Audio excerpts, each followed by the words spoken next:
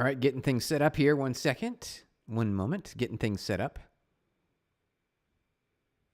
Oh, yeah. Here, what we can do is this. All right, let's do... Yes, I like this idea better. Enter there. There. All right, we're getting things set up. 1 second. Okay. All right, that looks good. We could move that right there. Here we go. All right, almost. There we go. All right. There, perfect. Okay. Here we go.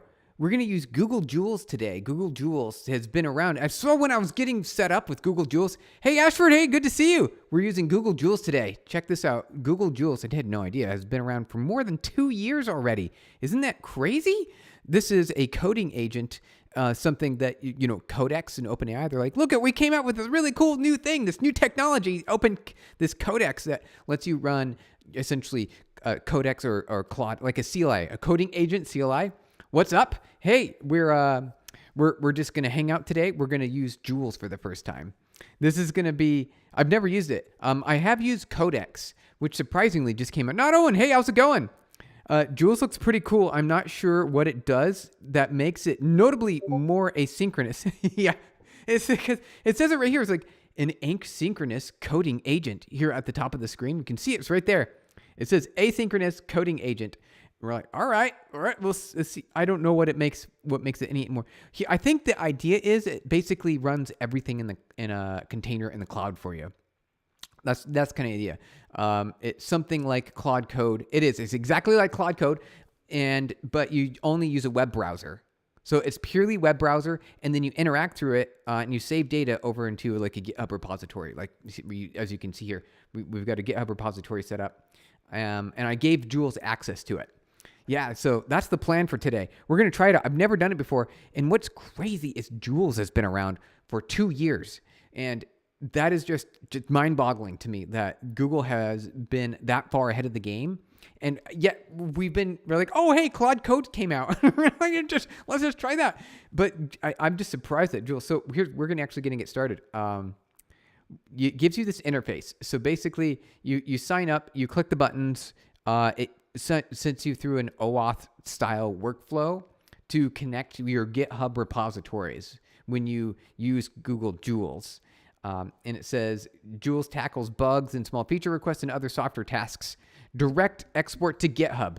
So you basically interact directly with all your files on GitHub. And then Jules does the work. It spins up a container in the cloud. It processes its own agent. And then it goes from there. So you can ask Jules to write anything. So we've got an empty repository right now. So what we're going to have it do is write a simple Rust machine learning, let's say deep learning, deep machine learning framework, and show a simple. I like the hello world for ML training, AI training. I like is the XOR and XOR. Training example.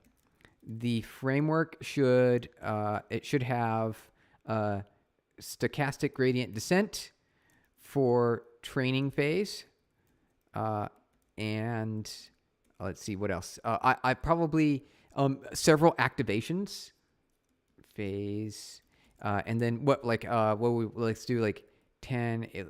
Let's see, various activations. Like tan-h and what is the other one? Sigmoid. What are some other? I guess ReLU is popular. ReLU. And yeah. Hey, Drawing Brothers. Hey, how's it going? Hey, what are we doing today? Today we are using Google Jules, and we're gonna have it. We're gonna put it through the paces. We're gonna say, hey, we're gonna give you a very hard task. We're going to have it write a simple Rust machine learning framework using our instructions, and then we're going to review it. And that'll be today's plan. It probably is not going to do, probably won't build it like I would build it, but I'm very curious to see what it's going to do, how it's going to build it. Because we need to do back propagation with the gradients and when we train it, we want to do it stochastically. And then we also want an XOR example. That's my favorite. That's my favorite hello world example with training an AI models. When you're setting up your own framework, or if you're just getting started with, say, PyTorch or TensorFlow and Keras, for example, you would want the XOR example. Often you have the MNIST, right? The MNIST training set, MNIST training set, and that is usually the hello world for most of them. And it basically is a set of, it says 60,000. Thank you for the likes. Appreciate it. It's basically a set of 60,000 hand-drawn letters, or I guess in this case, numbers.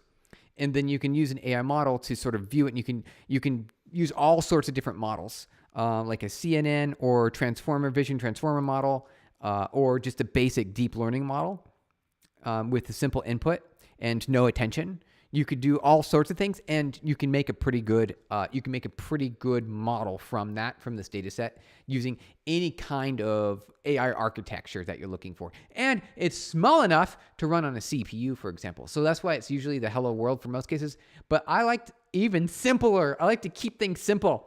So I like to use XOR, for example, the XOR training, because XOR is when you compare two Booleans, the outputs aren't a linear in comparison, so you can't use in order to train a model to understand the XOR operator, it has to be more of a deep learning. It can't just be a linear regression, because it won't work. It just won't work. So that's why I like the XOR. That's a cool idea. Yeah, I'm excited, because then Rust is going to be fast from a compute perspective on a CPU only. And then we can take it a step further. And after this is written, and then I want to rewrite it myself using my own design, and then make it really nice, because you can do operator overloads in Rust. So you can do like matrix multiplications. So you could have a simple A times B type output or input. Like you can use this syntax, and it will automatically do the matmul for you. And I like that. So we can create our own layer-based framework. The inputs and outputs will match on the different layers. And so we can do a whole bunch of things to make it really nice. So we can do like a simple machine learning framework in Rust, because I've done neural networks and deep learning frameworks in Python and in JavaScript, and I want to do it in Rust now. So but before we do it ourselves, we're going to have the AI give it a chance, because I really wanted to check out Jules. Yeah, I wanted to see what Jules looks like, and so we're gonna try that. So right now we're writing a prompt. Look on the screen here, we got a prompt. Write a simple Rust deep learning machine learning framework and show an XOR training example. Drawing Brothers, I thought the same idea, but using C++. That's awesome. Very cool. Thank you for the likes. Yeah, that's a really good idea, because it's going to be really, really fast in C++, like super duper fast. And you'll be able to create a pretty nice seamless framework. Never implemented it though. It's a fun adventure. It's definitely a fun adventure, especially when you get it right. It takes a long time, because you're not sure. Sometimes it depends on how familiar you are with machine learning. And if you thank you for the likes, I appreciate it. If you're familiar with it, then you kind of understand what the output should be, but you don't know. The problem is it can be any kind of woo. Thank you for the likes. Ooh, and the hundreds and the party poppers. Those are awesome. Appreciate it. Love that. It's so cool. Thank you. You just don't know. It's hard to tell, because you don't know what the output's supposed to look like. And then you don't even know if it's like an efficient model, because you can waste a whole bunch of compute, and then your hyperparameters could be like really, really off by a lot. And so you're wasting a lot of compute on this training, and then you might get stuck in a local minima, or you won't find a global minima, and you like lose all of this accuracy and potential for the future. So that's one of the things. I've also written, this is actually kind of neat. No one else, not a lot of people have done this, but I have used QBOs on quantum processors, QPUs, as a layer in the deep learning model to help find the global minima. Hey, Loka, it feels kind of motivated when someone's still learning coding in this AI era. I know, I kind of lost for more than a year. Yeah, see, it's still, so here's the deal. Coding is really fun. It's an entertaining and satisfying experience that you get to, it's almost like art. You get to draw a painting, and it's your own design, and it's your own architecture, and you can see how well it works. The good news, well, I guess for now, here, one of the things is, let's see, get the subtitles back up here. The good news is that it's kind of interesting because the AIs today, they write code and it works and it does a good job. Actually, you know what? It does a good enough job to where even if you as the software engineer are so good, a bridge tool, it's so satisfying. Writing code is just such a satisfying experience. I love it. It's wonderful because you can build it and you can make it the way you want it. It's just great. But with AI, it does what it wants. It does it good enough, even if it's not optimal. And it's actually better in this case because it can be throwaway because it generates it so quickly. Code is now throwaway. You don't need it anymore. It's disposable. That's what you can call it. It's called disposable code. You don't need to worry about building something super, super efficient because you can have the AI rewrite it. The AI gets better. You can have it rewrite it again. And it's like 17 cents. It's super cheap. So here we go. We're going to have Jules. We're going to give it a try. We've never used Jules before. So we're going to see how good it does. I'm not sure if it can do that, if it can do these things, but we'll find out. We'll see. The end result should be a simple to use framework in Rust and showing an example with XOR, training, and inference. And inference predictions. There we go. I think that's good. We could also specify what kind of optimizations we want to apply during the gradient descent. Oh, Drawing Brothers. So how do we start that kind of a project? Can we firstly implement a regression model like linear regression? Yep. Since this is the basic algorithm. You're right. So here's the thing. If everyone listening right now, you've all been tricked. I'm telling you right now, you've been tricked unless you already know what the trick is. But there's a difference between like machine learning with different types of regression models, like linear regression, like Drawing Brothers is talking about right now. Linear regression or machine learning, standard machine learning, comparing that with deep machine learning. Doesn't that sound like, oh, it's really complex and advanced and powerful? Deep machine learning. It seems like it's that much better. But you know what? Here's the difference. I'm going to show you on the screen if you can see it. Let's actually do a quick look. You know what? Let's get Jules started. We'll get Jules started really quick. And then we will we'll draw you what the difference is. Here we go. All right. Jules, create the plan. Here we go. And then we're going to show you what the difference is between standard machine learning and deep learning. Sir, Shrujan. Hey, sir. Hey there, sir. We are going to build an ETH global in Delphi. Like an Ethereum. You mean ETH? What do we mean by ETH? Like Ethereum network of some kind of thing? Oh, in Delphi. Any projects using Rust to suggest. Wait. You have to describe more details. Tell me more. What do you mean? So you say you're going to build an ETH global in Delhi. Like, I don't know. You got to describe a little more information. Give me a little more. Any projects using Rust to suggest for ETH global in Delhi. So, are you looking to build like smart contracts or I guess it really depends on what you're trying to build. I need more information. Okay, here it goes. Jules is off to the races. So this is kind of neat. Just kind of taking a look back here before we start. We'll draw some information here in a second. We'll do some drawing. But right now, take a look at this. Whoa, check it out. Oh, it already got started. Okay, here we go. Let's read through this. Let's see what it has. Create a project structure. I'll create a lib.rs file, house the core framework components. Lib.rs will have modules for layers, activations, and the model itself. I'll also move boilerplate main function from the main RS run into a run function in librs. Okay.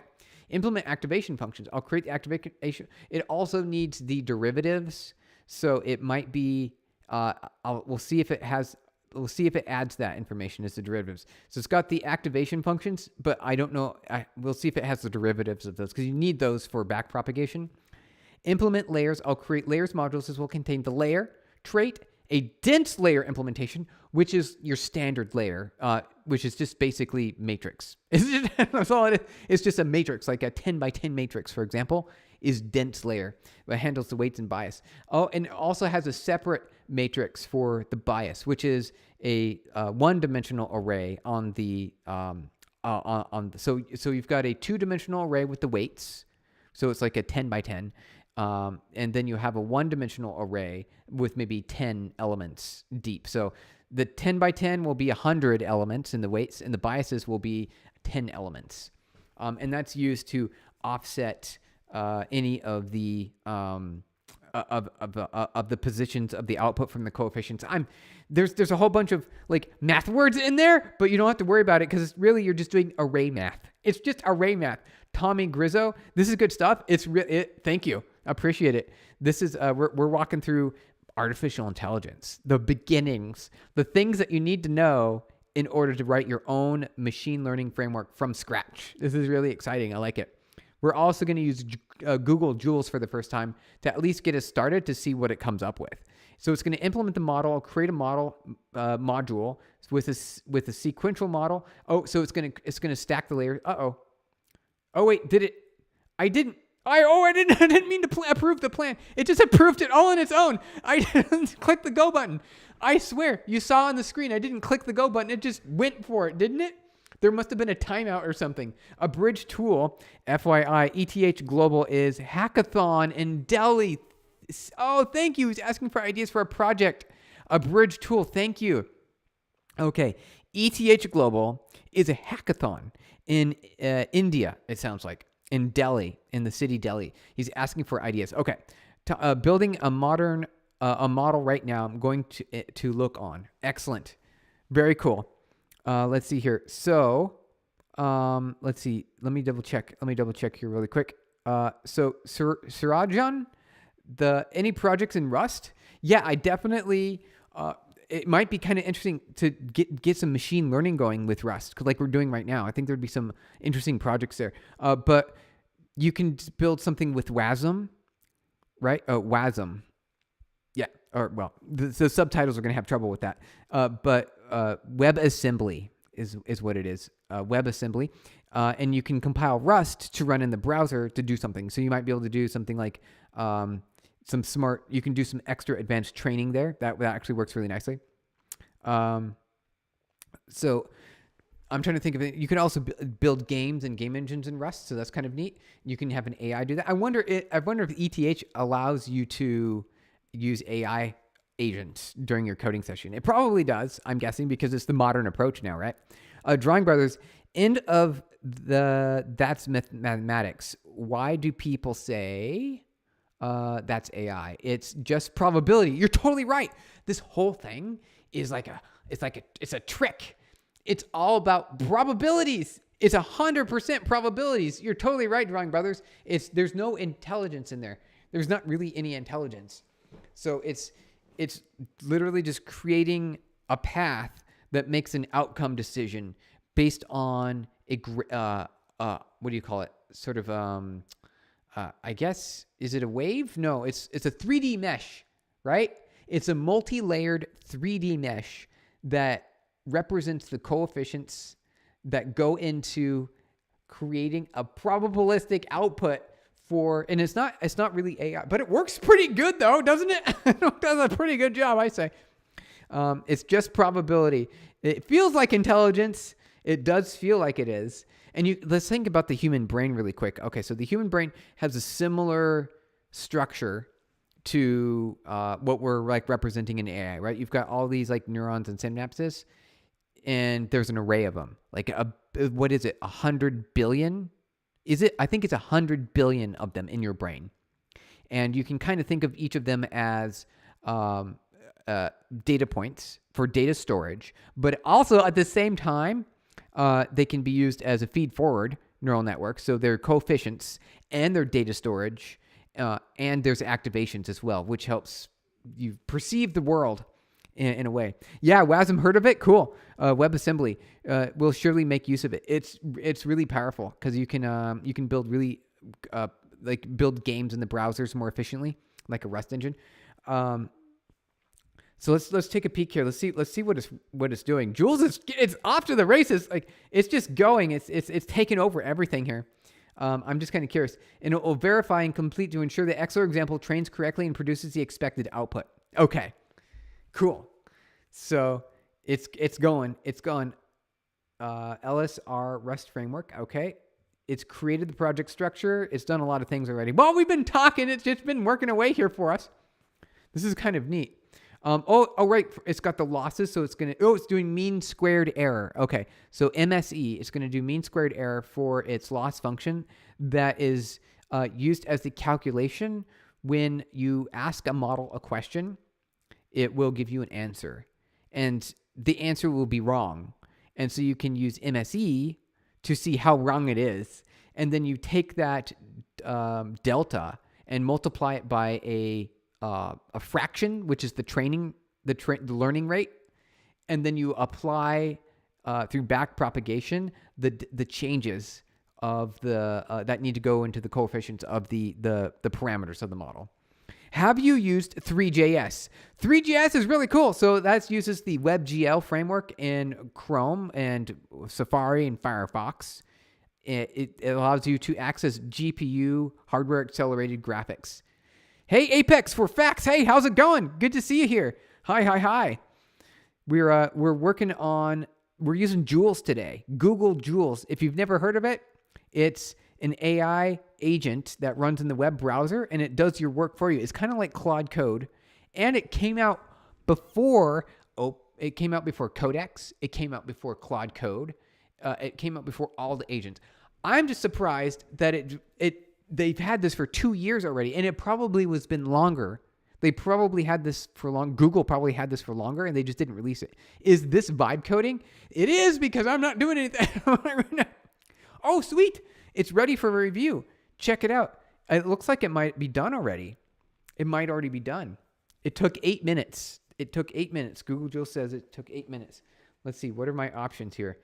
Publish branch, publish PR, publish a branch, and generate PR. Publish branch. Yes, let's do both. Publish PR. Here we go. Wow. Is this free? Yeah, I think so. So Jules is free. It gives you so many credits. And then you would pay, right? You'd have to pay for it, I think. So I've got a plan that gives me some credits that I can use, but it's a try then buy pricing model, right? Try then buy. The unspoken mind in shadow of reality. Hey, how's it going? Good to see you. Thank you for joining.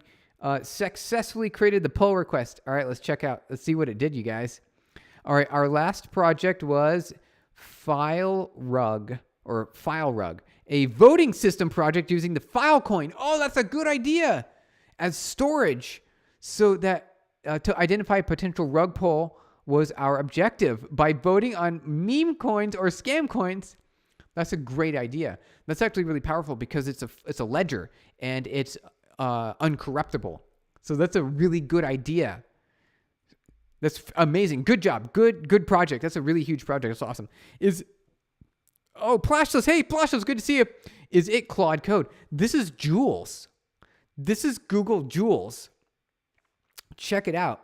It actually did all the stuff for us already. So Google Jules is like Claude Code. It's exactly like code.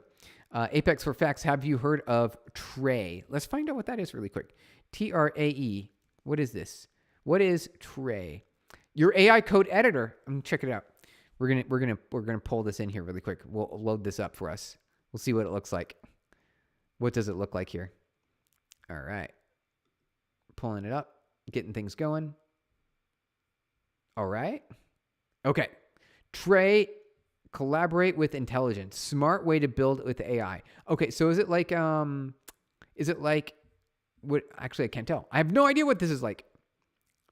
I'm trying to scroll through. It's like VS Code. Okay, so it's probably like a fork of VS Code, and the real AI engineer. So it's like a cursor type thing. That makes sense. Very nice. Okay, let's close that because it's taking up all of my compute resources to draw those fancy pixels on the screen. Drawing Brothers. You want to create a game using 3JS, but haven't created any game. Oh, okay. I mean, that makes sense. So I've done it before in collaboration. You know Minecraft, sort of like that voxel style game. We used 3JS probably 10 years ago to build a Minecraft-like clone, but with in multiplayer capability. You can render your world, but if we render the whole world, that's a performance issue. How to avoid that? Yeah, you want to only draw what the user sees, and you don't want to draw anything else because it's wasted compute, right? Do you smoke? No. Good question. The anime boy. Do you smoke? No, I do not. Apex for facts. Yeah. So good question, Drawing Brothers. There's called I think it's called culling. What do you call it? Vertex culling. So that way it only draws part. Like if some of the vertices are off screen or outside of the camera, you don't want to draw them basically. Any for free resources you'd like to share for development, sir? Yeah, sure. So in your here we've got a free API, PubNub.com. Is if you're going to build anything that has communication for multi-app user experiences, PubNub has a free tier that you can use basically for your entire hackathon. And it's got a simple API to send and receive messages. So it's actually pretty simple. I wonder, actually, do we have it on this page? Do we have it on the, I'm curious, is it on our homepage? I don't know if it is or not, if we took it off the source code. Let's double check here. It's loading. 1 second. Here we go. I don't smoke, it's bad. Vibe coding to release stress. Yeah. Yep, there you go. That's the way to do it. Vibe coding does a better job by far. Okay, so let's see here. Let's just go to the developer section because it'll give us some. Hey, thank you for the likes. Appreciate it. That's really awesome. Here we go. So we can do some documentation. This is free. This is completely free. So if you want, let's see here. There's a chat SDK. So if you're going to build user-to-user communication, you can use chat. Or you can use a core SDK to just publish and subscribe to data. That's like the best place to start. So some of the basics, you can, if you're going to use JavaScript, for example, here, we'll just do a quick view of this so you can see. Let's see.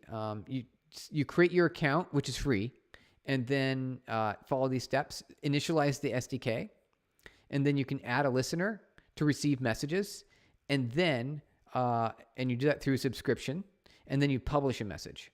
So here we go. This looks like a full example. Is this a full example?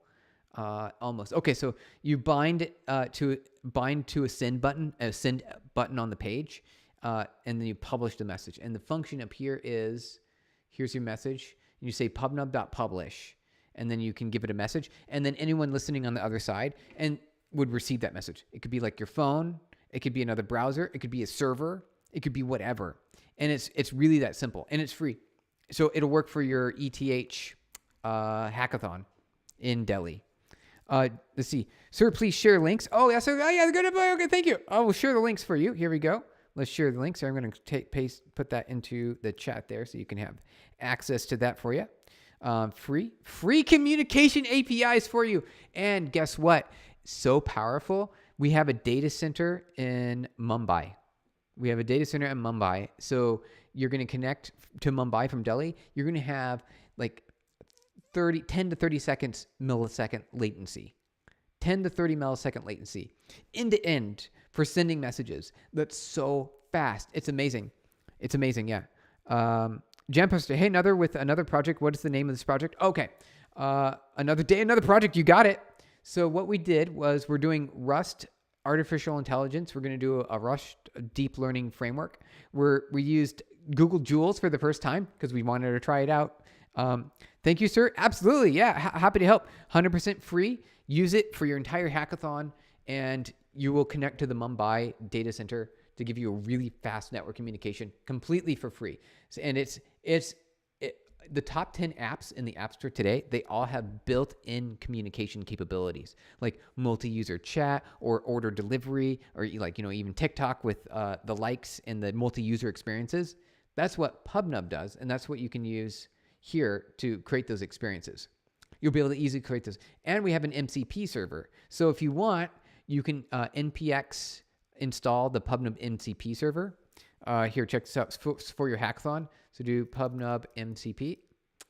And you will be able to have this running in Cursor or in Claude Code or Codex or any of your AI agent systems. And what it does is it allows you to create like much better experiences. So if you're going to build something like Twitch chat, like on a YouTube Live, we've got YouTube Live here with chat next to it. So without the MCP, you'll get something that kind of doesn't render very well. But with the MCP, you get something that's way better. They're really good. It's really here up here at the top here. You can see it's a lot better, much, much better. So if you're going to be doing some vibe coding during your hackathon, definitely you can do that. And the installation is really simple. Here's the installation command to get it installed locally. But if you're going to use Cursor, then you just copy and paste this instructions here. And you can use your own API keys here, completely free. Apex for facts. All right, I kindly ask that you remove the membership on the video for Claude Code versus Gemini. Wait. Oh, yeah. Okay, I know what you're talking about. Because it's so here's the live streams are still available. Apex for facts. So if you want, so what I do, Apex for facts, is I do a live stream. We're doing right now, like at this very second. Then I take that and I have AI edit the video and then I upload it and then it goes live in the future at some date. But the live streams are still available. But I could also make the membership go away for that one as well. That's actually a good one. That's a really good one, right? All right, I'll try to remember it. I'll try to remember to make that go away. Yeah, vibe coding is the only way. We'll get only 2 days to build the MPP. Okay, cool. Use the PubNub MCP server. This is going to get you a lot further, and you won't need to understand our documentation because the MCP server does that for you automatically. And we have over I think, maybe over 500 users who've already adopted this in their day-to-day development cycle, which is a lot because we just came out with it. So the MCP server works really good. Yeah, you just paste this into your Cursor or your Claude or anything, and we make it really easy. If you're running Claude Code, you could do that. If you're running Docker, you can do it. Here's the Claude Code. You say Claude Code add scope user, and then you can do a PubNub chat for the chat SDK, or you can do just regular. So if you don't want the chat mode, then you just don't specify chat SDK at the end, and then you're good to go. Yeah, I saw that PubNub was on the awesome MCP server repos list. Oh, that's so cool. Not Owen, was it really? I had no idea. That's great to hear. That's great news. Okay, so let's get back to what Jules did for us. So Jules created a pull request, and it says it's done. Actually, let's check it out. Let's see what the pull request looks like. Here we go. We're going to reload the page and we got a pull request. Look at there. All right, Jules. What did Jules do? What did Google Jules do? All right. Create a simple deep learning framework in Rust with an XOR example. All right. We're going to review the code now. We're going to read it. Can we go into, I wonder, is there a way? What is, anyone in chat? Okay. Are these local MCP servers? Yes. Jambuster. Yes, Jambuster, you are right. This is a local MCP. It's using npx. So npx-y at pubnub/MCP. And then that will run a MCP server locally on your system securely with the documentation ready to go. It runs through stdio JSON RPC. And that's the implementation. If you want, though, too, it also supports streaming HTTP and SSE if you want to do that. But you probably just and you might need that for if you're doing an online code generator. You need the streaming approach, which you just specify an environmental variable, and that will be like HTTP port. I think it's called port. Port. Where is it? The HTTP port. I know it's in here. There it is. Here you go. So you just specify HTTP port. There you go. And then like this, and then it will let you run that in online code editors. So if you have an online code editor, then you can use MCP just like this. Here's the setup command, and then you specify your exports, and then say port number, and you're good to go. These are the target for the prize pool. Oh, interesting. Yeah, that's actually head for the prize. Go shoot for the stars. Swing for the fences. You can make it happen. You can definitely make it happen, especially if it's really engaging. right? So you look at, Shrujan, if I say your name correctly, Shrujan, the most compelling apps are the apps that are engaging. If you look at the top 10 apps in the App Store today, they all have built-in communication. So multi-user experiences are impactful and meaningful because that's how we interact as humans together right now. A multi-user experience. What we're doing right now is a multi-user experience, and it requires end-to-end communication. So you'll be able to get this with PubNub, and it's completely free for your hackathon for sure. If you're going to be building a business, that sort of thing, we'll talk commercial details later. But for now, it's completely free for you, completely free, and you're off to the races. Okay, here we go. So let's get back to see what did Google do. This change implements a simple deep learning framework in Rust from scratch. The framework includes the following components: a matrix, an abstraction. This is what I wanted to do. It's similar to ND array that you would see in NumPy, right? In NumPy, you have an ND array, which is just an array object that has some nice built-ins. You have a dense layer for fully connected networks, which just means it's a multidimensional array. That's all that means. You've got sigmoid, tanh, and ReLU activation functions, which is just these functions they prevent explosions of numbers to go big because they always, no matter how big of a number you put into the function, like the sigmoid function and tanh function, it always returns 1, 0, or -1, basically, except for ReLU. ReLU does a little bit different. Mean squared error for the loss function, which is used to calculate the error output. Your obsession with projects with incentives, which incentivize the users. That's a really good one. Yeah, because that's a gamification aspect. If you want to engage your users, you can incentivize them in some way to entice them to keep going. And that's a really good way to build an app that can scale and grow user base quickly. Jambuster, I need API keys for the MPC server to run locally on my computer. No, you don't, Jambuster. You can just do this. You can do, here, I'll paste it for you. Check this out. We'll copy and paste it really quick. So copy, and I'll paste that here into chat for you.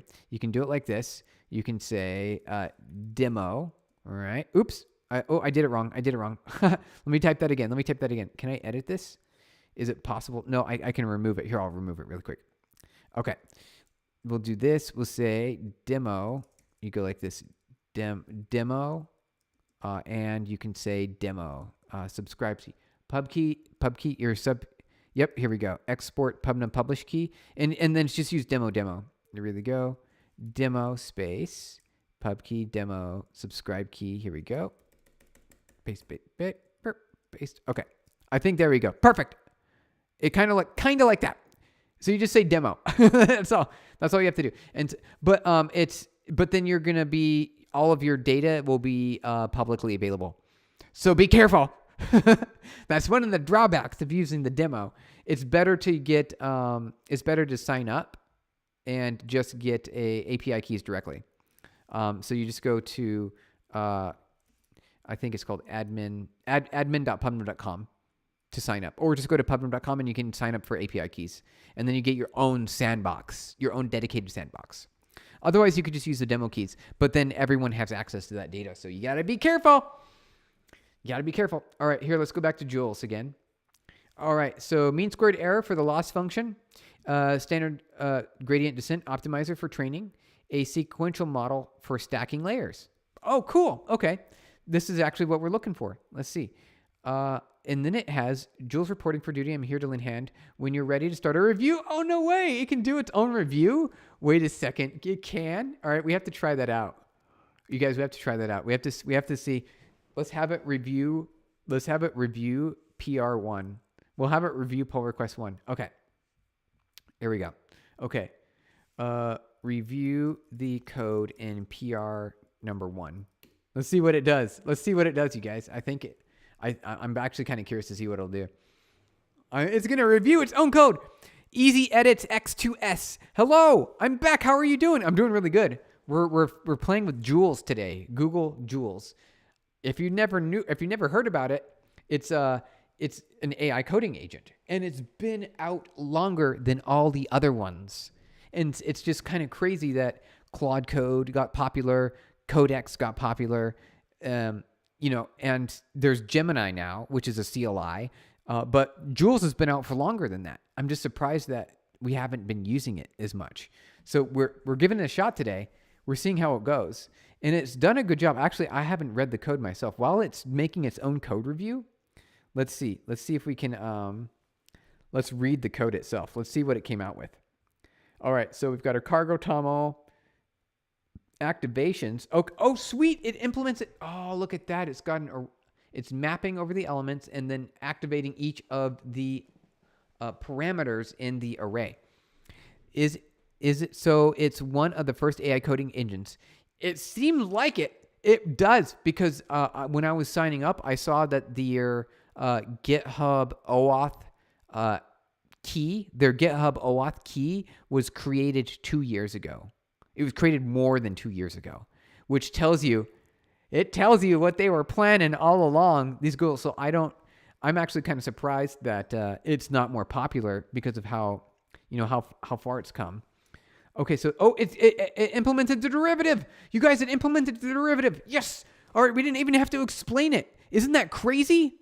Sir, your maths must be strong. Where did you learn the probabilistic maths or the maths that's needed for AI machine learning? YouTube.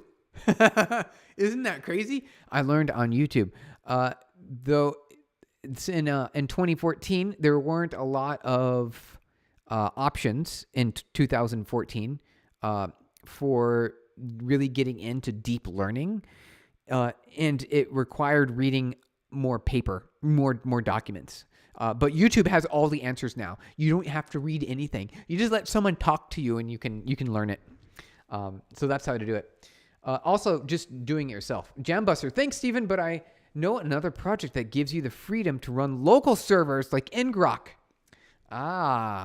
ngrok. So is ngrok local? ngrok does require active. So the idea with ngrok is it requires you to open up connections to a broker server, and that broker server will be able to see the data that you send over it, but that allows you to run locally on like a system, like on your laptop, but then other people can access that application remotely. But ngrok, I believe, is not completely local. Shrujan, yeah, I have used ngrok. I've used to host my Telegram bot. Yeah, because that's what you can do. You can use ngrok. Just like you don't have to expose any ports because it's an outbound port. But it still requires you to broker through a central server, so it will expose your data. So you got to be careful, whatever you're doing there. Be careful. Okay, so we've got we've got tanh, we got sigmoid, and the derivative for tanh. Yep, here we go. Looks good to me. Okay, and then we've got ReLU. Check it out. Yep, here it is. Isn't this cool? Oh, that looks awesome. The code is so clean and simple. You know what, you guys? It's actually almost how I would write the code. I would almost write the code this way. It's how good it is. This is impressive. This is really impressive. Okay. Oh, is epsilon? It has epsilon in here? Wait, what is the E is, for me, the letter E is like an epsilon. But it looks like it's something different in Rust in this case. It says constant. It says it's a constant. E.power F. Okay, so maybe this is something you can do in Rust, like in JavaScript and Java and other languages, where you can take literals and then do work on them, even if it's a variable. It's like object-oriented programming, object notation. That's kind of neat. I didn't know you could do that. That's really powerful. Sir, will you be streaming daily this time? At this time, you would love to join. Yeah, so that's the plan. I am streaming daily for an hour per day, and then I have other tasks that I have to take care of, because I've got a real job that I have. But I wanted to start streaming again because I took a break for a year, and now I'm back. But this time we're on at a 5-day a week. So, and it varies throughout the week. So if you want to get notified, if you want to get notified, there is a subscribe, and that will be easy. You'll get notifications that way when we go live, because it will be different times in the day. I can't always promise, because I have meetings throughout the day that change up. Every day is different, and every week is different. So I don't have a consistent schedule right now. Wait, is that Kaggle? I don't know if I got the name right. Kaggle. Scan Devil. What is Kaggle? Wait, is that Kaggle? Kaggle is a data. Yes, so I've got Kaggle. I think this is Kaggle here. I don't know if you've seen it. I don't know. Maybe you're, depending on where you are in the video, because we did have Kaggle up here on the screen that we were talking about. Hello World applications when you're writing your first machine learning framework. MNIST dataset, which is a bunch of handwritten, hand-drawn numbers. That's a great way to learn how to build machine learning and with this data set, because it does a pretty good job. It's nice to have data, because you need data to train the AI model. But I like something even simpler.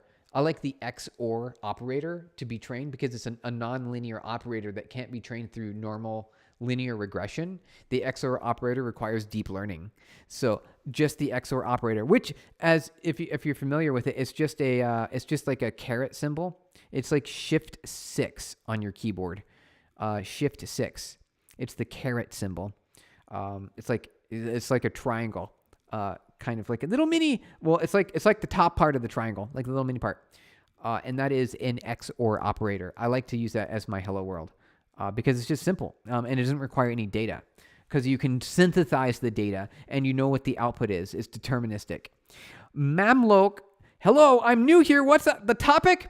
All right, so here's the topic. We're doing Rust deep learning.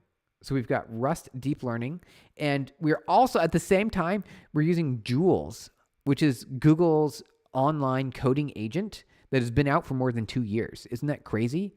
It's basically one of the first coding agents that no one's ever used. I mean, I hear no one talking about Jules. So I wanted to try it. And you know what? It's doing a really good job. Like an amazing job. So that's what we're doing. Rust with reinforcements will be the best thing. I think so. Yeah, Jambuster. It's going to be amazing, because you're going to get powerful performance of the language itself. And you'll also get, the extra safeties built into the compiler. It's gonna be really powerful. And so we've got a long running plan with this. We have a lot of plans. So we're not gonna end it. We're not gonna end just on this. We're gonna walk through the code. Here's what we're doing. We're not done today yet. We want to walk through the code that the AI wrote. We're gonna see what it wrote, and then we're gonna try it out. We're going to run it and see how good it does. Then I want to make some updates and edits to make it more of my own, because I have different design patterns that I might want to implement using operator overloads, because I think that was a little bit nicer in Rust, which you can do it in Rust. You can also do it in Python. There's other languages that you can, like the multiplication symbol, you can multiply two objects together, which would be like a multi-dimensional array. And that gives you, so you can do outer product where you're multiplying the the matrices, you're multiplying the matrices. Would you like, Scan Devil, would you like also teach me making SLM? I'm kind of new to machine learning. I just got the subject of this. Oh, so here, okay. So here we go, you guys. This is a trick. This is the trick. Okay, here we go. We're going to clear the screen. We're going to clear the screen. I'll save this. I'll take a screenshot for this now. Let's let me do a quick little screenshot. Here we go. All right, I saved that. Now we're going to clear this canvas. So let's do it. Let's do this. All right, here, check this out. We need to learn. We're doing a learning session. Standard machine learning, and we're going to compare that to. Actually, let's get this here. Standard machine learning, and then we'll go over here and we'll say deep machine learning. All right, we're going to do deep machine learning. All right, there seems like there's some big differences, doesn't there? Doesn't it seem like there's going to be some giant differences between these two things? One is deep. That means it goes further, right? Doesn't it seem like it feels like that? So here's an array. And then inside the array, you have a bunch of weights. So we just basically, in every weight is a floating point number. So this is all that means. It's just a floating point number. So you've got a bunch of floating point numbers here. And this is, we'll keep it simple. We'll just make it a one-dimensional array because you can do that with machine learning. It's pretty simple. And we'll call it like this, like a number like number 1 and number 2, number -1, 0.07, right? They're actual numbers. So let's actually write those in because I think it's helpful to see. We'll just do this. We'll say like 1, and then we'll go over here and we'll say 2. And then we'll go on this one and we'll say 0.1. We'll say 0. And then we'll delete this for simplicity. All right, so this is what this is what it looks like. This is what a layer looks like. These are parameters. If you heard like 7 billion parameters, or this model has 1 trillion parameters, they're numbers, right? These are numbers, including the weights, which are the coefficients that go into the equation of just multiplying when you're multiplying the matrix each to the other. They're just numbers. That's all they are, numbers. They're floating point numbers. And so you've got your numbers, and it's the same for machine learning. So you've got your input layer, and then you've got your knowledge layer, or just extra parameters layer, and then you've got your output layer. So let's do that. So here we go. Here's standard machine learning. Let's annotate these. Let's annotate these really quick. Our teacher completed Markov model yesterday as part of deep learning class. Okay, so you're probably already ahead here. You probably already know what's happening. So you've got the input, right? And then what you do is you've got your input, you've got your hidden, although this hidden layer, and then you've got your output layer, which translates to the output, which you use an inner dot product to create the result, which you answer. And so we have here, let's go a little bit further. So here we go. Here's our standard machine learning. And then when you want to use this model or train this model, you want to give it its input. And the input is going to be numbers, right?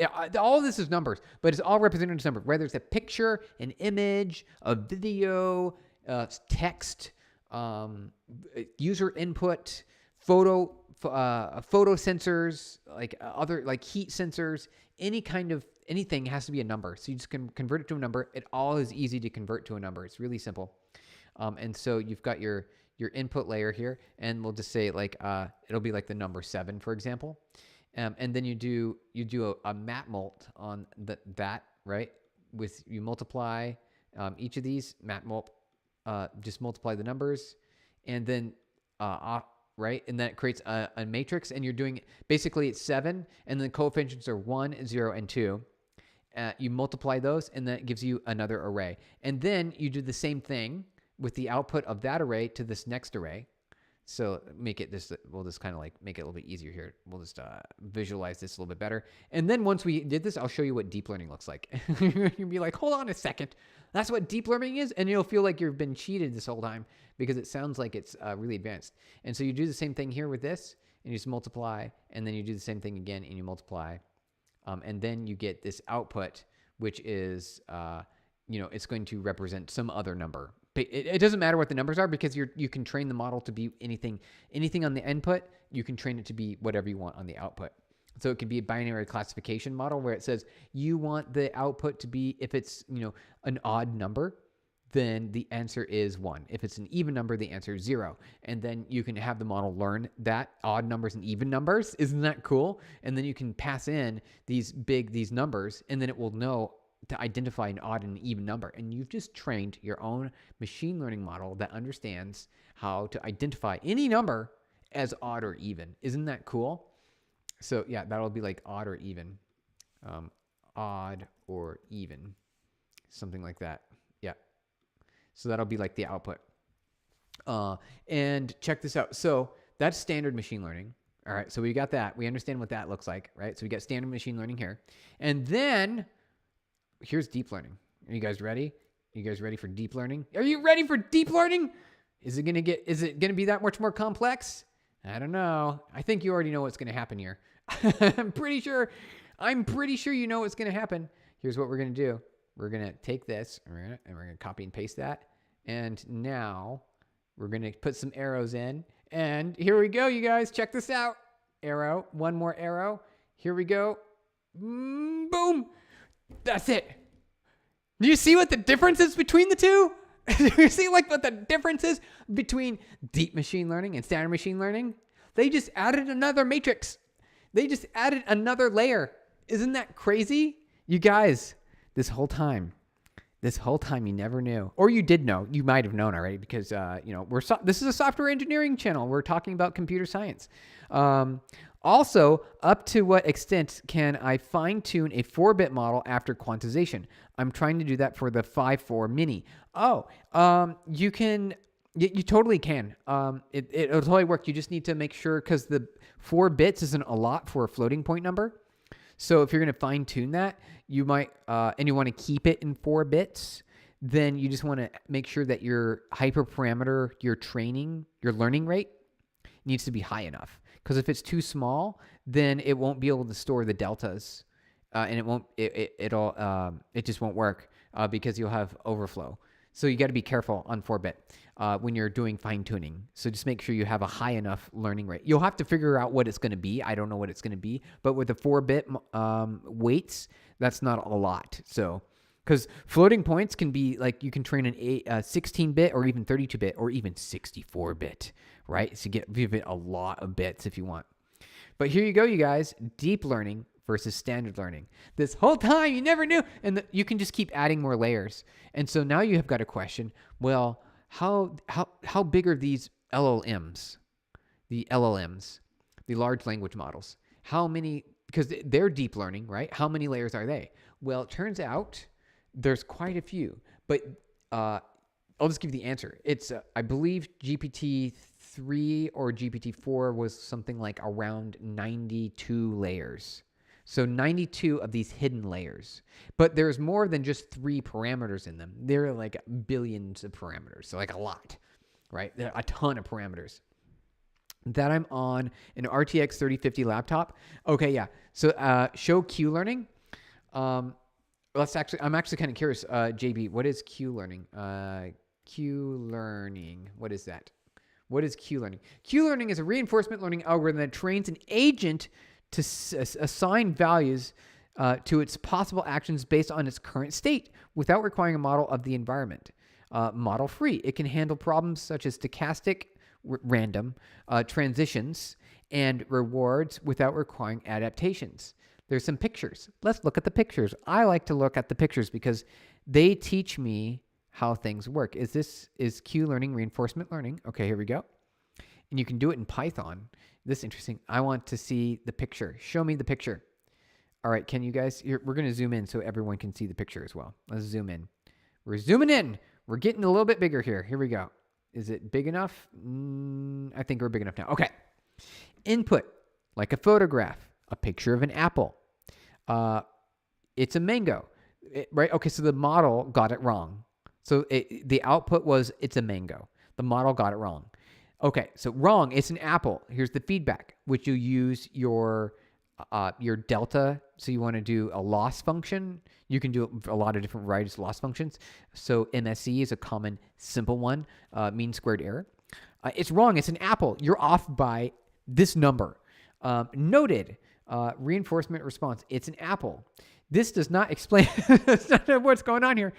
I do not know. I do not understand what this is. All right, let's read more here. Q learning is a popular model-free reinforcement learning algorithm that helps an agent to learn. It helps an agent to learn how to make best decisions by interacting with its environment. Instead of needing a model of the environment, the agent learns purely from experience by trying different actions. Interesting. Uh-oh, the page is having issues. Let's see. Okay, here we go. Imagine this. Okay, Jambuster. I work on a project where we first create SLM, I think standard learning model, or what is SLM model? Let's see here. For each of the things like behavior, talking, or thinking. Then we connect all the SLM models in one giant brain type of cell. That, I'm very curious what that's like. I'm actually super curious to hear details on that. Like that sounds really interesting. What you're working on there, especially when you combine them all together into a giant super brain. That sounds really cool. That sounds really valuable. That's a good concept. It is. It's kind of cool. I'm enjoying this. We're learning today. We're all learning together, you guys. That's the way. That's a big part of the job from a computer science perspective, is you need to learn every day because there's new stuff coming out every day. Basically it's part of your job as a computer scientist. All right. So we went through and we taught ourselves. We tried doing that. No one doing that. Really? Jambuster, do you say that it works really well? Are you seeing good outcomes? Are you seeing really good outcomes from that? Because it could be that you get really powerful outcomes. You're getting really quality results with your approach. Kind of more like sharding. Okay. Yeah, you can do, that's a good approach. Okay. So when you're training, you can train in various fashions, because if you're training large models, you might not have the compute to train all of it all at once. So you can shard in multiple ways. You can shard batch training. You can store the gradients and then apply them later. What's up, bro? Hey, open source applications. Good to see you. Happy to have you here. We're talking about AI and machine learning. I'm doing really good. We used Google Jules to write for us a AI framework in Rust just from scratch. And I'm comparing to see how I would write it.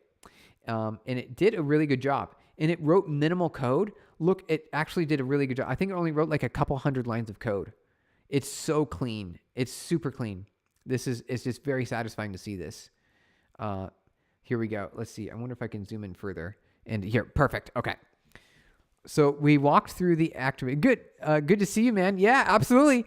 Transfer learning training, TLT. Transfer learning training. Okay. Yeah, so I like that because it's like distillation, kind of the idea of distillation. Or you can use, you can take existing models and then freeze certain layers so that the layers in the middle stay the same. And you can add layers on the input to output to change and add more knowledge without having to run through the whole model. You can freeze the middle layers. So then when you're doing back propagation, that gives you the ability to only have to update maybe the input and output, or 2 extra layers. There's lots of approaches. There's just a ton of different options that you can do to optimize existing training models, pre-trained models, and then applying your own needs to it. So it's actually, there's a lot of cool ideas in there. See, I don't know why this came in my feed, but I'm glad it did. Oh, cool. I'm really happy to have you here. All right, so Aryan Garg. Yeah, it's great to have you, Aryan Garg. We're walking through artificial intelligence. We're doing the basics. Your AI is open source, right? Yeah, it's open source. So I'll paste it. This is here. So Google Jules wrote it, but it's not it's here. I'm going to paste it to you in chat so you guys have it again. Here we go. Here's the link, so you can have that link. Boom. There's the link. Are they free or paid? Completely open source, completely free.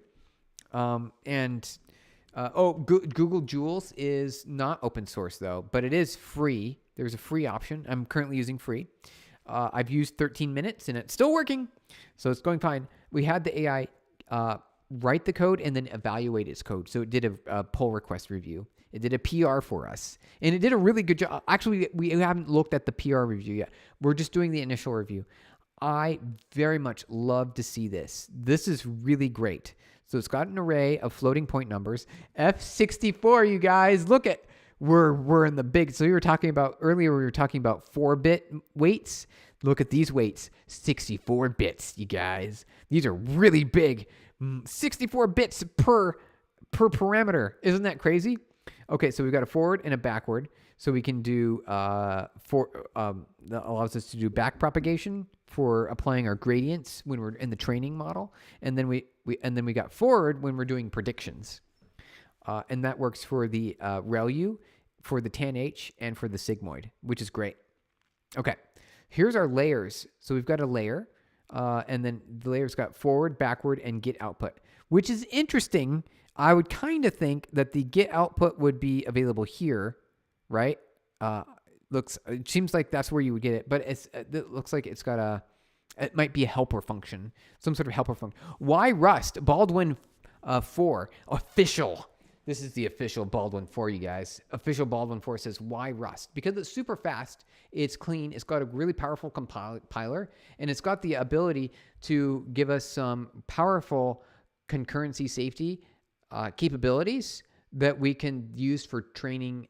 We can accelerate our training across multiple GPUs at the same time, for example. And that will be, we'll do that in the future. So I want to write our own kernels, our own GPU kernels, that will give us the ability to write mega kernels to implement matmul and activations all in one. So a fused kernel.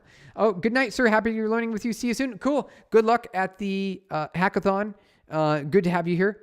Definitely stop back in. I'm happy to have you here. I literally started the Baldwin 5 trend. So yeah, I'm official. Yep, you are. That totally counts. You started it. It counts as you being official in this case. You are official. Jambuster, we tried to train SLM with specific things, only like talking or thinking. Interesting. Okay. You mean one SLM model for talking, one SLM model for thinking base, the word meaning, and then we tried to connect all those things. That sounds interesting. Your results. I'm very curious about Jambuster. I'm curious about your results. That's really cool. Do you know about OnXX models? JB.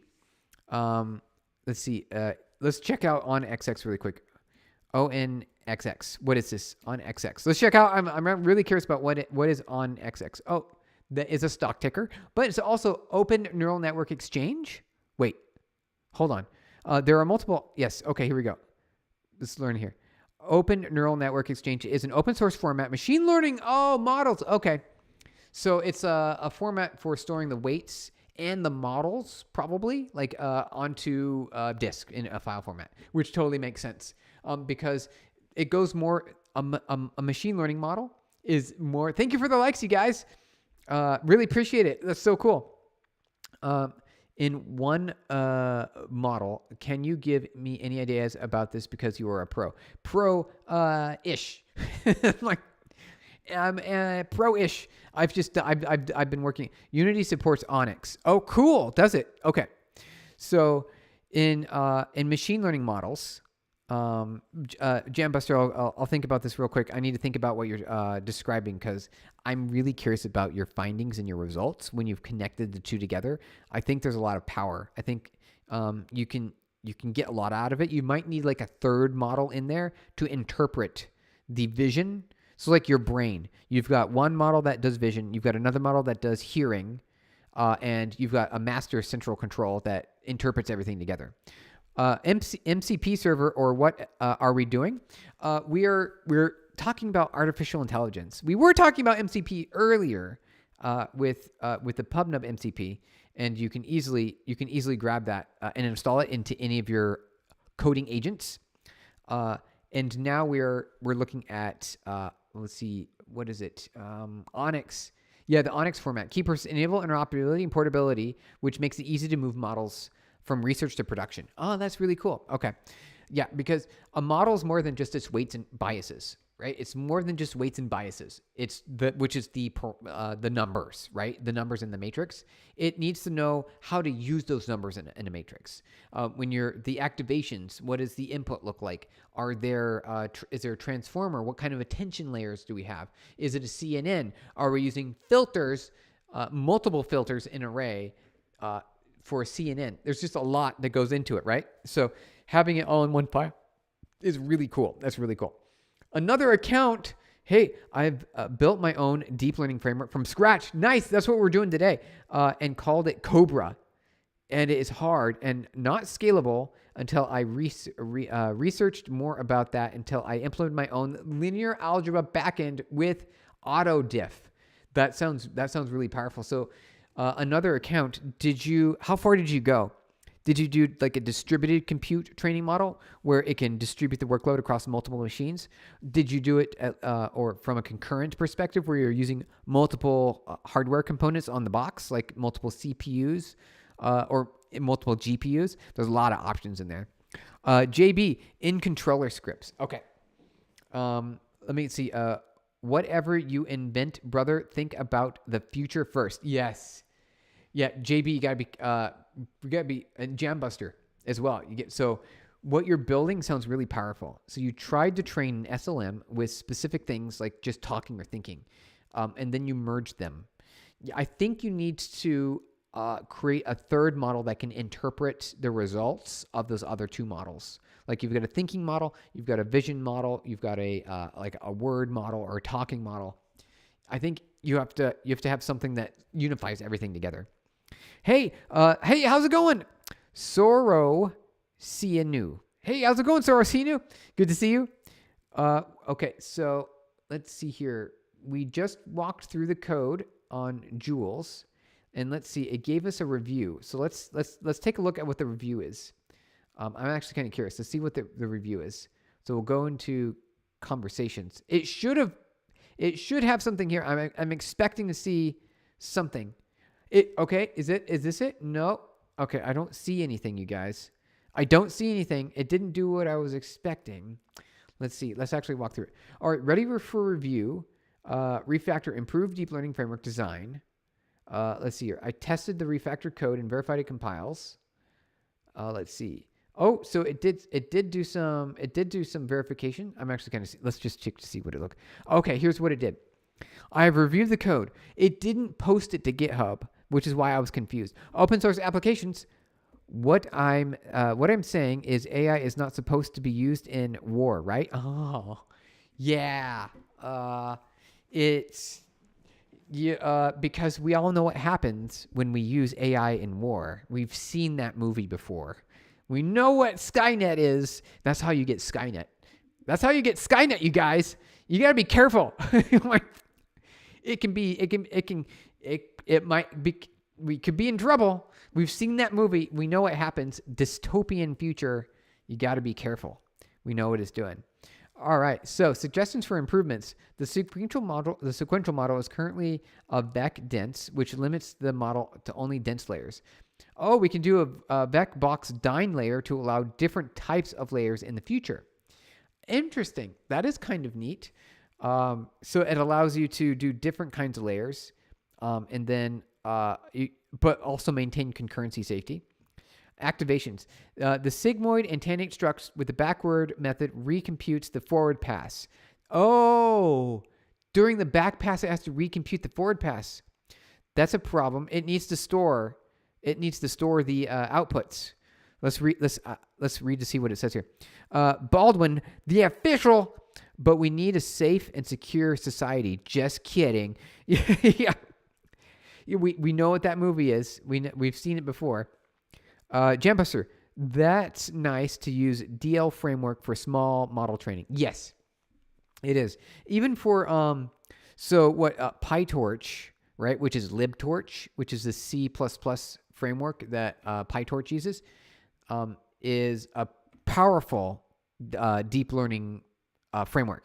And you can use it for big projects too, but also small projects. But if you're building your own like small model, I think it makes sense to write the code yourself because it's not a lot of code. As we saw here, it's just not a lot of code. There's just not a lot.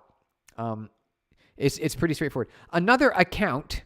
During development, you faced another fact that it's CPU based, so you need to move to GPU and implementing literally everything that is almost like Torch, but with Python, Cuppy and NumPy instead of C++. Yeah, you're going to run into some bottlenecks there, another account.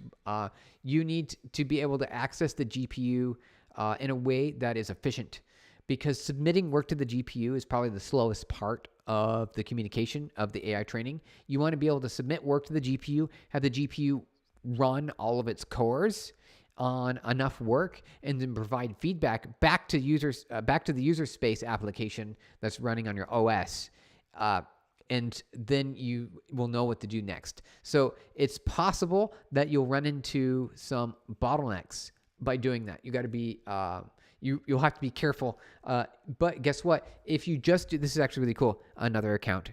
If you just do matrix multiplications and that's it, and that's all you do, so you instantiate texture memory with all of your floating point values, which are your weights, the parameters of the model, the coefficients of the equation. You take those and you put those as texture memory. And then you create a kernel in the GPU or shader that can multiply all those together, a matmul. and then you can do a simple 2x2 or 3-dimensional map mult, and that will give you an output, and then you can take that data and then you can do you can run a loss on it back at the CPU layer, and then you can do back propagation, and then you resubmit the work and do more map mult. So if you just do all your map mults, even if it's just map mult and every single map mult is being submitted to the GPU, then you will get an acceleration. And it's fine, even if you're doing a lot, because map mults, but the map mults need to be pretty big. If it's just like a few hundred, you're not going to get much of an acceleration. You need something that's at least a couple hundred kilobytes worth before you'll start seeing acceleration. Gagi, hey Gagi, no tech is supposed to. But it always ends up there. Yeah, it kind of does. It kind of ends up in war, using tech in war. Yep. What is the stack? Is this like a Google Vertex or whatever? The stack is just Rust. Or I guess if we're talking about what we're implementing here on the screen in this chat here today, texture memory, doesn't texture memory support higher dimension textures? Yeah. So there's multiple. There's multiple ways, multiple options. You can have multi-dimensional textures in the primitives that you can perform work on, which parallelize even more cleanly. So you'll have to look. CUDA, actually that's a really good idea. So you've got Python, and then you can use CUDA if you've got an NVIDIA supported hardware on your system. If you've got an NVIDIA supported hardware, you can use CUDA with your Python, and it's actually pretty easy. And CUDA also, just a couple of years ago, came out with a really nice way to write your own GPU kernels. Really clean way to write your own GPU kernels. How are these CUDA cores help with the workload? The CUDA cores, okay, so the CUDA core is going to be, just it's a simple like version of a CPU. It does like just basic math, but it does basic math really well, like multiplication. Multiplication and division are one of the most computationally intensive tasks or operations in a compute layer. So by using CUDA cores and having like 1,000 or 10,000 of them, you can do a lot of multiplications all at once at the same time. And then you can get, that's how Bitcoin hashes are working as well. It's doing a lot of randomization to compute a hash in parallel. And that's why GPUs are used for like Bitcoin mining. You can do that same policy with a matrix multiplication, which is the primary way machine learning models work. Essentially, they just do they do a rotation. You do matrix rotation, and then you multiply another matrix, and you do rotation again, and you multiply that, and you just keep going down the line. Any recent ton of LLM based stuff, which I'm really inclined to go through. So what's your long-term vision for this channel? Long-term vision for this channel here on YouTube, we'll be going through just a lot of technology. Software engineering focused. We'll be talking about software engineering, algorithms, distributed algorithms, machine learning, AI focus as well, because there's a lot to learn there. And then using frameworks, trying out different systems, like we're using Google Jules today. We'll be trying that out. CUDA requires a minimum of 32 threads per task. Oh, does it? I didn't know that. I didn't know CUDA had a requirement. That's actually kind of interesting. Well, you're clearly using GitHub too, so the stack would be Rust, GIF. Oh yeah, thank you, Baldwin. Thank you. You bring a good point. You bring a really good point. GitHub is part of the stack. I didn't consider that. That's what I'm asking. How does this help me make a small model for a specific use case? So you can actually, if you're very interested, you could do this to make your own small model, and it will work very well. Like very well. And you won't necessarily need GPU compute, GPU acceleration. You won't necessarily need it. Let's say make changes, and then we'll go ahead, we'll accept its changes, and then we'll merge it, and then we'll have our own open source Rust-based machine learning framework that works really well. And I'll repaste this into the chat. And what we could do is, I can show you guys how to use this framework to train anything. You can train it to do anything you want, which is really amazing. You can even use an existing larger model, like a large language model, to create training data to distill this model into any kind of extremely efficient model. So what you can do with this is it allows you to run it like you could run it on your phone because it's that small. You can run it on an embedded device because it will be small enough to do that. And that's why you want to write your own framework. And that's like a really good reason to do it. A really good reason for sure. All right, let's see. Actually, let's got to check our time here. Where are we? Oh, wow. Oh, we're a little bit over time. Okay, so what do we got to do here? What do we have time left? We only have a little bit of time left, and then I got to go. Hold on a second. Let me 1 second. Are we missing something? You guys got me talking. Okay, no, I've got time. All right, my next meeting's coming up, but we can wrap up is what we can do. Gagi, thank you, man, for the explanation. CUDA cores and crypto hashes. You were a real pro. Thank you. Yeah, absolutely. Happy to help. Another account. And when I tested the transformer on the CPU with smaller model size, it did so fast, actually faster than it did on the same size on a GPU. Yeah, because the submitting work to the GPU, especially with an LLM, the majority of the latency can actually just be in submitting the work itself. But if you have a small enough model, keeping it on the CPU means that it could be even faster. Isn't that amazing? It can go way faster. It's actually cool, isn't it? You can scale up the model size and it almost never works on the CPU. Yeah. See, that's when you need something like a hardware accelerator, like a TPU, a tensor processing unit, or a GPU to accelerate that. And you need it to do matrix multiplications and activations. If you can do that all in one go in a forward pass, and you can even do multiple layers all in one, you can do like a 3D by 3D matrix multiplication, which I'm really surprised not a lot of people are doing. You should be doing that because that's like a bump up in maybe OpenAI is doing that and they're not telling us. You never know. Why not use TensorFlow? Flow Lite. Oh yeah, TensorFlow Lite. You could totally use TensorFlow Lite. TensorFlow Lite is like a light. I'm not sure if it has GPU acceleration, but it might be CPU, and it will. It runs TensorFlow models, but it lets you run it on less capable devices. So that's a really good idea, TensorFlow Lite. But then you need to use TensorFlow. Keras, make sure to use Keras when I recommend that. It's an easier to use API on top of TensorFlow. Train Tesla so that it runs itself into a transformer robot. Oh, yeah. I think they are. They already are. Open source applications. So they were on the Tesla cars. They were using CNNs, but they migrated to vision transformers, which is the current way, a modern approach, similar to large language models, how they use the transformer approach for, self-attention. They're doing that within the AI taxis now. They're doing that there too. That's a vision transformers is what you want. CNNs can still work and they're efficient and they do the job and they can still serve a purpose. But if you're wanting to be on the bleeding edge, you want to use vision transformers. Another account, but only runs good on GPU with the same or slower than CPU speed, but at least it runs. Yeah, you're totally right. It'll go. You can make it go in any of these cases. Yep, TensorFlow, Keras, and AutoML. Yeah, I forgot about AutoML. AutoML is great because you can you don't have to worry about the hyperparameters. Because when you're doing it yourself, like you can see here, we're building our own framework, but now we're going to have to figure out the hyperparameters. We're like, how many batches do we want to do during training? What does our SGD look like? How are we going to shuffle the data? How are we going to parse out different segments of data for testing? What is our learning rate? What kind of activations do we want to use? How dense do we want each of our layers? What do they want to look like when we're doing our different dot products? So you have to make a lot of decisions. But Baldwin, thank you. You just saved the day. AutoML helps take care of all those decisions for you. So also check out AutoML.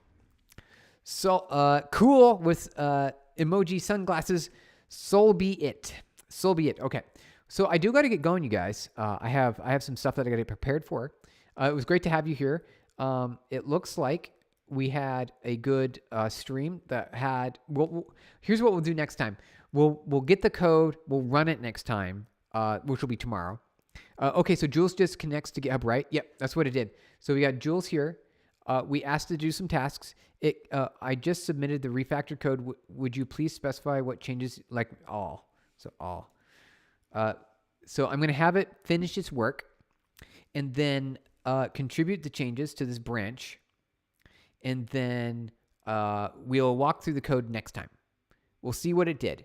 And then we'll run it on, it probably won't, I need to spin up a server to run it because it's going to compile and it will freeze my video because my video and running video streaming on the same box at the same time will be a problem.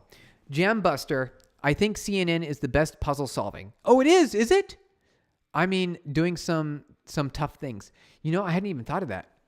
Because with CNN, you can specify how many filter layers you want. With the transformer vision model, you have QVC, which is 3 filters, but they're very specific filters because they're a full self-attention, fully aware. Oh, hey. Oh, wow. I got a thing. Something happened on the screen. What is this? I've never seen this before. What are you guys doing? Hold on. Hey, new shot. Hey, how's it going? Aryan Garg, welcome to early access. What? What did you became a member? Wow, thank you. So you just got access to all the videos. So we're just getting started. So I had been doing YouTube for a while, and then I stopped for a bit, but I'm back now, and I reopened up the membership. And what we're doing is we're creating all these videos for early access. And so all these live streams that you see will be for free, but then I go back through and edit the videos and then post them, and they get released slowly 3 times per week. But there's a backlog, and that will keep growing. And last time, you guys, we had the backlog of videos up to 1 year. Isn't that amazing? A year of unposted videos. Isn't that crazy? A whole year. And so we're going to do that again, but this time we'll have even more. But the videos will get released, and we'll have the lives. The lives will still be available. So Aryan Garg, thank you for joining. That's so cool. I appreciate it. You need my help. Steven needs your help. Nushad Khan. So we do have to get going. I have to get prepared for the upcoming meeting here. But go ahead and ask me. Oh, your video is lagging. Yeah, we're doing a lot on the computer right now. Here's the good news. We'll have some lagging video here and there. But I'm going to upgrade here, a better system. This is an older computer, but I'll get a newer one. And the video will be better. What's our frame rate right now? We are currently at like 40 frames per second. So we want it to be in 60 frames. But yeah, so I do got to get going. Thank you. Video was lagging. That was impressive. Video editing is difficult. Yeah. So the AI will do the video editing for us, and it will upload that. And we'll make as many as we can get. That's the plan. So thank you everyone for joining today. Aryan Garg, appreciate the membership, the early access. Yeah, that's amazing. It's fantastic. Appreciate it. We'll be live tomorrow. And we'll be going through this Rust code that the AI wrote for us. And we'll be making changes for ourselves. We'll run it ourselves.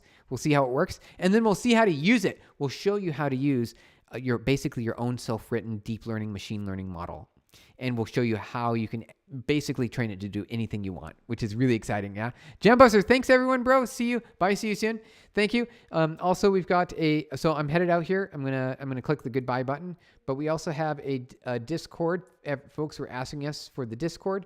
So I will click the button to share that. If you guys are interested in joining, we've got this Discord button here. So let me click the plus button, and then I will share you the link. I'll put it into chat is what I'll do.